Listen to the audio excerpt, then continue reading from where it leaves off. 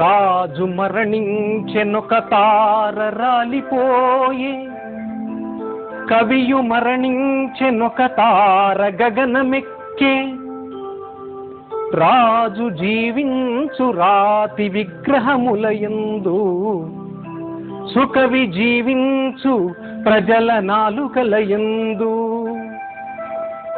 గుర్రం జాషువా అటువంటి సుకవి. పేదరికంలో పుట్టి పేదరికంలో పెరిగి కుల ద్వేష కాలుష్యంలో అడుగడుగునా కొట్టుమిట్టాడుతూ అంటరాని వాడుగా వేదనలను అవమానాలను అనుభవించిన జాషువా 1895 సెప్టెంబర్ 28వ తేదీన గుర్రం వీరయ్య లింగమాంబ దంపతులకు వినుకొండలో జన్మించాడు. ఆయన పాఠశాలలో చదువుకునే రోజుల్లో కులభేదాలు చాలా ఎక్కువగా ఉండేవి. అవి పెద్దల్లోంచి పిల్లల్లోకి పాకి వారి పసి హృదయాలు కల్మషమవుతూ ఉండేవి.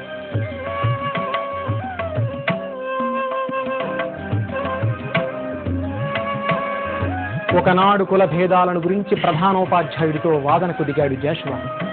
దాని పర్యవసానంగా 3 రోజుల పాటు పాఠశాల నుండి బహిష్కృతుడయ్యాడు.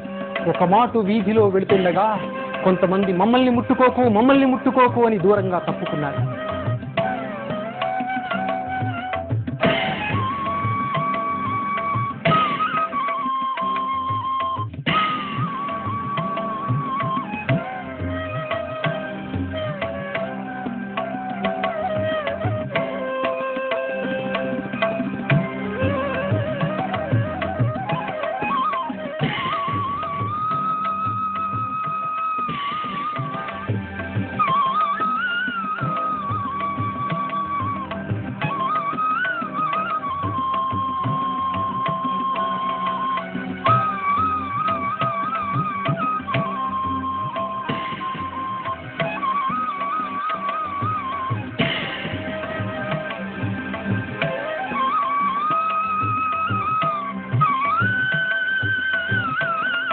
ఇటువంటి అమానుషాలను ఎదుర్కొంటూ సహనాన్ని ఆయుధంగా గ్రహించి అహింసను కవచంగా ధరించి కలం పట్టుకున్నాడు జాషువా.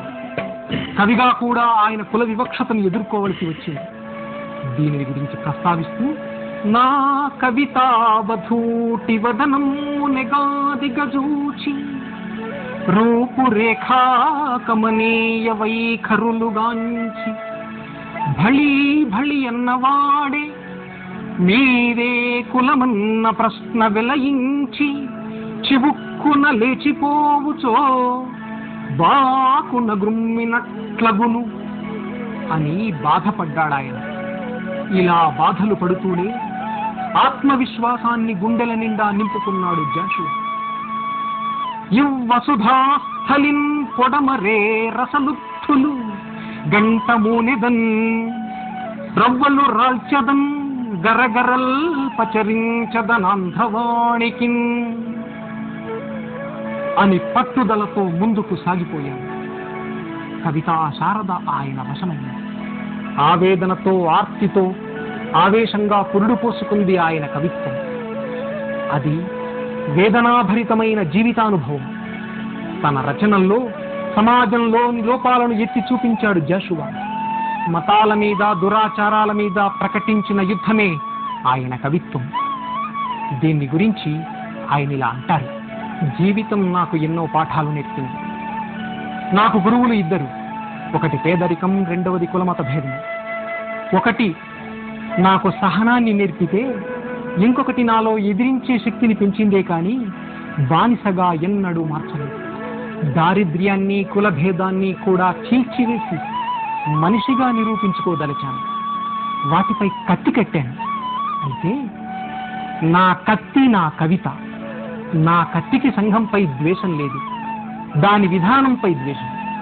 అలా కలం చేపట్టి మమతని, సమతని, మానవతని ప్రబోధించాడు జాషువా తన రచనలు. మారుతున్న కాలానికి అనుగుణంగా పెద్ద పెద్ద గ్రంథాలు రాయకుండా ఖండకావ్యాలు, లఘు కావ్యాలు మాత్రం రచించాడు.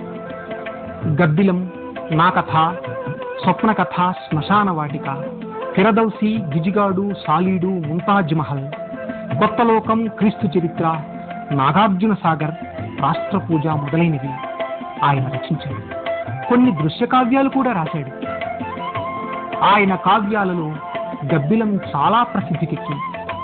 గబ్బిలం ఒక విధంగా పక్షి, మరొక విధంగా జంతువు, కానీ రెండింటికి చెడింది. అలాగే అటు కులానికి ఇటు మతానికి దూరమైనాడు గర్భదరిద్రుడైన అరుంధతీస్తు.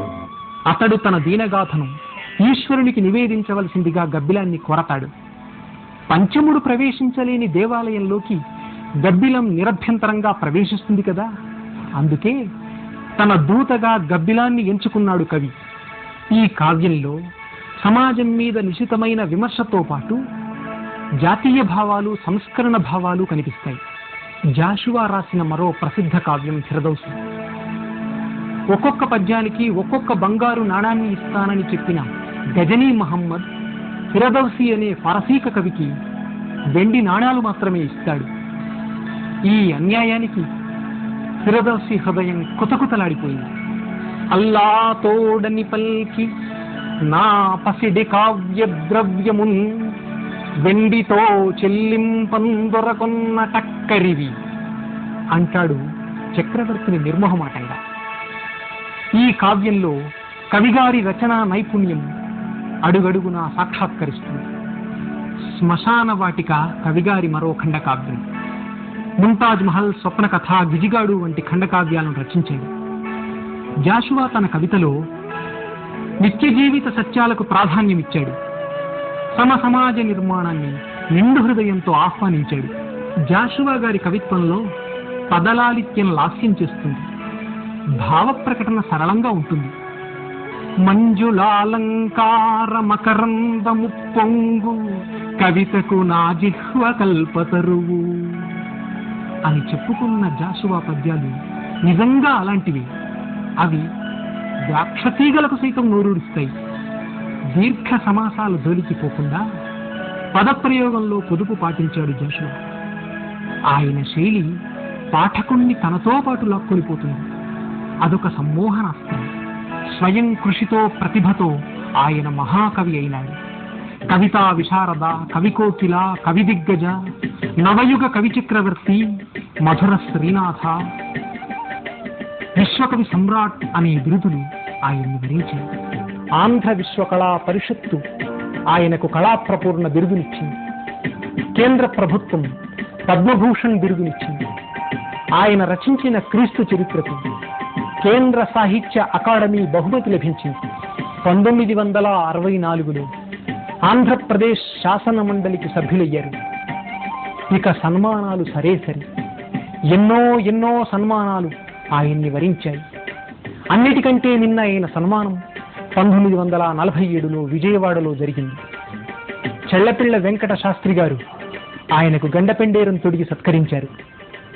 చెళ్లపిళ్ల వంశ సత్కవీషుడు ప్రసిద్ధుడు వీర శతావధాని ఆంధ్రుల శుభరక్తనాళముల రూపమునెత్తిన బ్రాహ్మణుండు నా పలుకుల రాణి పాదమును బంగరు గగ్గరతో నలంకృతుల్ సలిపెన్ ఇంకేమి కావలే ప్రశస్త కవిత్వ కళావధూటికిన్ ఇంకేమి కావలే అంటూ జాషువా పరవశించిపోయాడు. పండిత ప్రకాండుల మధ్య, రసజ్ఞుల సమక్షంలో తెలుగు కేంద్రమైన బెజవాడలో ఏనుగునెక్కి ఊరేగి కృతార్థుడయ్యాడు. ప్రజల ఆవేదనలే ఆయన కవిత్వానికి పంచప్రాణాలు. ఆర్తితో, ఆవేదనతో, సంఘ సంస్కరణాభిలాషతో, జాతీయ భావాలతో కవితా రథాన్ని నడిపిన నవయుగ కవి చక్రవర్తి జాషువా. కులమతాలకు అతీతుడైన విశ్వనరుడాయన. సమాజంలోని దురాచారాలను ఎదిరించి పోరాడాలని ధైర్యంతో, సాహసంతో, పట్టుదలతో ఎవరైనా ఉన్నత స్థితికి చేరుకోవచ్చని ఆయన జీవితం మనకందరికీ పాఠం చెబుతుంది. ఆయన బాటలో పయనించడమే సమాజానికి శ్రేయస్కరం.